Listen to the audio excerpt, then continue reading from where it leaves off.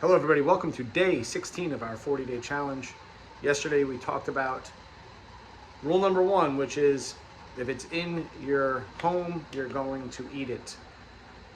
If it's in your home, you're going to eat it. Yesterday I also summarized a whole bunch of things about glucose, insulin, sort of why you're in this starving state or this hungry state. Why are you hungry all of the time? So if you didn't hear that message, I would go back and listen, because that is probably the number one complaint. It's the number one issue, is people eat and they're still hungry. How is that happening? Why is that happening? Go back and listen to yesterday's video. Today, along with yesterday and going forward, I'm going to explain mostly how to lose weight, how to make it easy on yourself, how to reverse the insulin resistance, how to start to reverse type 2 diabetes. Yesterday, again, if we can't start in the home, if you can't control the environment of your own home, you don't have much of a chance. I know that through direct experience, not direct Tom experience, direct experience with working with literally thousands of clients over 20 years, 7 days a week. I know who's successful, I know who's not, and I know why they are. And if you can't start with controlling the environment of your home, really regulating and tightening that up, then you don't have much of a chance. These are the same. Now, similarly, if you are a person who orders out all the time or eats out all the time, you're also not going to do well. You're in a situation where you're not controlling what goes into your mouth. You're relying on restaurants who the only thing they care about is making sure their food tastes good. There are ways to make your food taste good. That's why I put out a whole bunch of videos on recipes, and in the UTC manual there's a whole bunch of menus in there, as well as a recipe section, in order for you guys to realize, wow, food can really taste amazing if I know what foods go with what spices go with what herbs go with what, and little sort of tricks in preparation itself, so that you never get food fatigue. So if you're a DoorDasher and if you're somebody that always is going out to eat, just expect the fact that you're relegating yourself to a life of constantly needing to lose 30, 40, 50, whatever it is, pounds. You're unlikely to make progress. Again, how do I know that? Because nobody that you know has dealt with more people than me when it comes to this topic. Nobody that you know. And similarly, nobody you know has seen the success that people have, and then many of them give it back, and it's all for the same reasons. It all revolves around this door that I'm talking about. It starts with controlling the food that goes into your mouth, and it starts in your home. That brings me to my next point in terms of how can we make this easy on ourselves. One of the easiest things you can do, guys, is stop drinking your calories.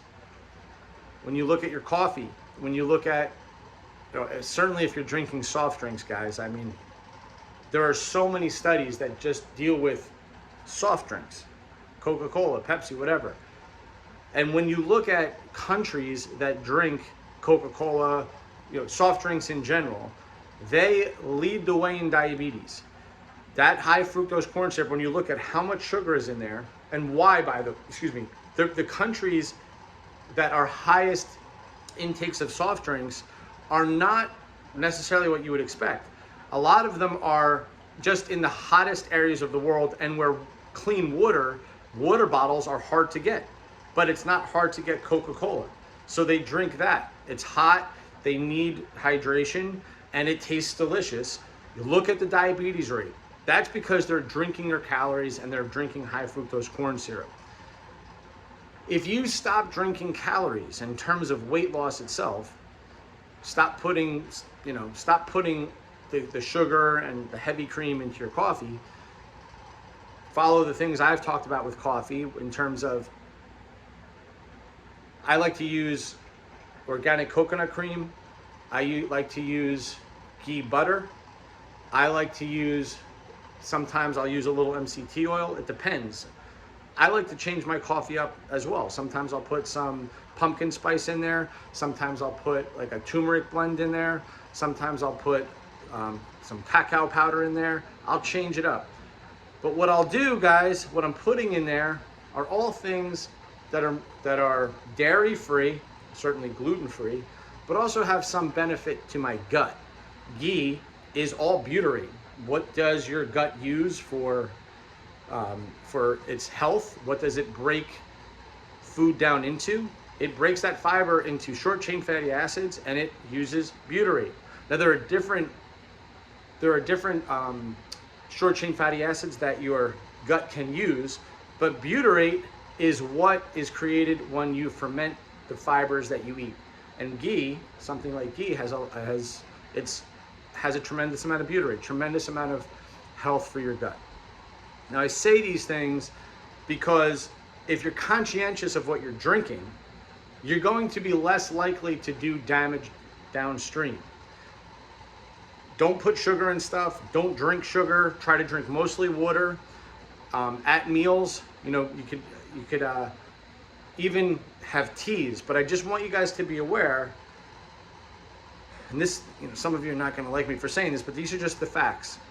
When you're drinking coffees and teas, especially things like green tea and coffee, they both have tannins in them, and those tannins can and do block nutrient absorption. So when it comes to taking your vitamins and minerals and stuff like that, you shouldn't have it with coffee, you shouldn't have it with green tea, but it will block the absorption of everything that you're eating. Everything. That includes the vitamins and minerals that you're consuming with your coffee, with your tea. Now it's dose dependent, but just be aware that if you keep drinking coffees and teas, you're also antagonizing a lot of the vitamins and minerals that you eat. Now, that could be a good thing. For example, there are lots of studies that show drinking green tea with meals will help lose weight. Why? It's because of what I just explained. It's because you're blocking the absorption of food, literally. That may be a good thing for some of you. That may be a bad thing. It depends on what your diet is, but if you relegate yourself to certain foods, and you're not eating a nutrient-dense diet, you're more likely to become vitamin and mineral deficient by employing this particular strategy. But in general, if you get the idea that if you drink your calories, you're just going to put yourself behind the 8 ball. Instead, get your calories from actual whole foods and make sure that those foods are nutrient dense as opposed to calorie dense without vitamins and nutrients. You're going to be in a better place. So take a good look at what you're drinking. Ask yourself, can I do better? And if you want ways to manage that in terms of what are some options? Again, some of you are going to ask questions about artificial sweeteners. What if I have this? What if I have that? There's things that have a lot of debate, guys, because we will talk about the gut microbiome and the effects of certain artificial sweeteners on the gut microbiome. There's a lot of interesting data that comes out. And also in terms of your brain, are we actually fixing a problem here? Or are we kind of like making certain things the same or even worse in certain respects? You're unlikely to see a really fit person. You're less likely to see a really fit person with the body that you're striving for that also drinks a whole bunch of Diet Coke all day, for example.